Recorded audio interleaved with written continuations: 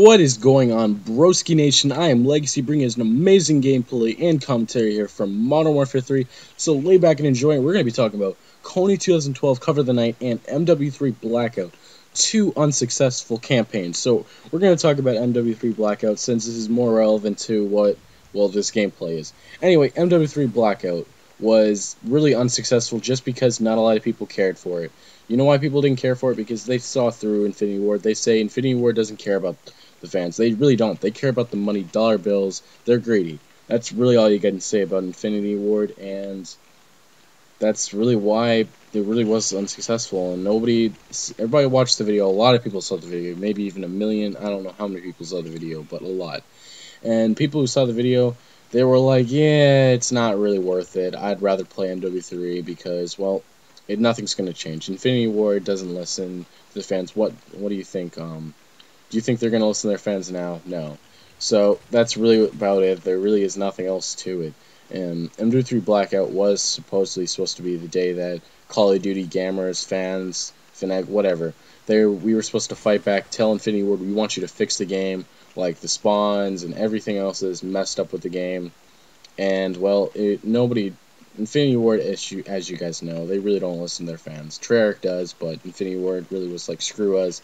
And they really did nothing about this, and they just moved on, and they said, screw the community, and that's about it. They probably didn't even notice the video, because if you want to get Infinity Ward's attention, you have to do something humongous. And this was humongous, but it lost its 15 minutes of fame really easy. I was hoping that this maybe becomes something big, but honestly, I got Call of Duty Elite on not 420 actually, take that back. But I was playing that day because, well, I just saw it through. The campaign, it's a good idea, but you need a lot more people than a couple thousand, and that's really about it who stayed offline for that day, about 1,000 people. And you know what it did to, well, I guess you could say the stats, and shows how many people play the game? Nothing. It really did nothing. Honestly, you can compare this maybe to a holiday and say that a lot more people are probably off on a holiday than this MW3 Blackout. That's really how sad this was. Honestly, I thought this was going to be a big thing, but it really wasn't, and that's about it, guys. That's really about it. You really can't say anything else about MW3 Blackout. All you can do is move on and hope for good games and maybe talk to Treyarch or do something with Treyarch. I don't know.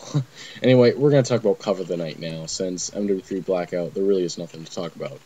Alright, so Cover the Night was 420, just like MW3 Blackout. That was unsuccessful too. The reason why is because nobody really cared about it. I thought New York City was going to be covered with posters, and I'm going to admit, I am a Kony 2012 non-supporters just because Invisible Children is very, I guess you could say, their funds don't go to anything good. I don't even know why they have donations and stuff. They make people pay $30 for a stupid kit, which does well, guys, that was a little bit stutter right there, but it basically includes nothing. It's just a couple posters, like a little sticker, and that's about it. And a lot of people were out, maybe I could say 10,000 in each city and everywhere. I think in the big cities like Canada, I'll say Canada was probably the biggest area that was supposed to be like, there was a whole bunch of posters and stuff, but nothing.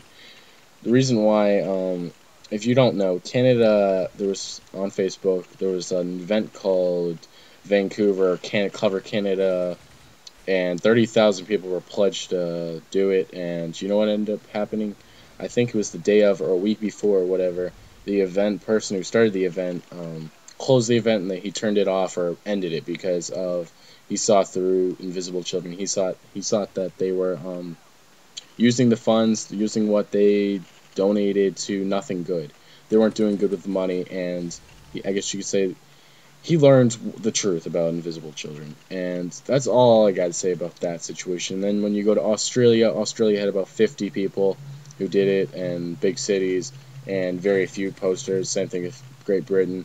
And then if we go to America, really the only thing I heard about America was nothing. But in Seattle, I guess, there was some reports that there were quite a few people out there, but very few posters, and that's really about it. Kony 2012 lost its 15 minutes of fame, guys. This was about maybe a month ago when the video actually came out, and everybody was ecstatic. 80 million, I don't know, before they read the financials for Invisible Children. Everybody was pumped for this.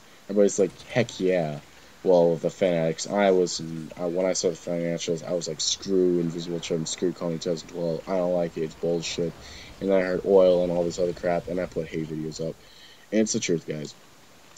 These 15 minutes of fame, if you're gonna make something big, you want to make it on the day of, when you like cover the night. Even though, if you're gonna do something, you have to be legit. You have to know that people, when they see the city, they're gonna look behind. They're gonna look at the cons of it.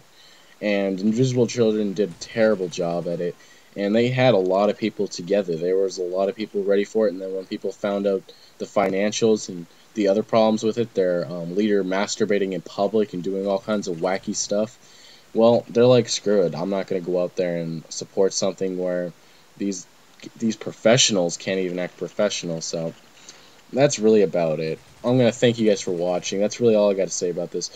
Both of these campaigns have two things in common. Well, one thing in common. They both lost their 15 minutes in fame very fast. Like, there was a lot of people for Coney 2012 saying, yes, let's do this, cover the night, but you know how many people actually came out? Very few. Same thing with MW3 Blackout. Very few people even participated in it. That's really how the world runs, guys. If you're going to do something big, well, you have to have a whole idea behind it, because both these campaigns didn't really have an idea. Actually, they did have an idea, but their idea failed badly. Anyway, like I said before, thanks for you for watching, and I got Call of Duty Elite, guys. Finally got Call of Duty Elite. It's actually pretty fun. It's not really worth the money, but you know, whatever. So thanks for watching, guys, and peace out. Please hit that like button; it really does help, and subscribe for more Boss content from me, the Legacy, and like I said about 9 times, I say this in every commentary about 9 times. Thank you for watching. Jeez.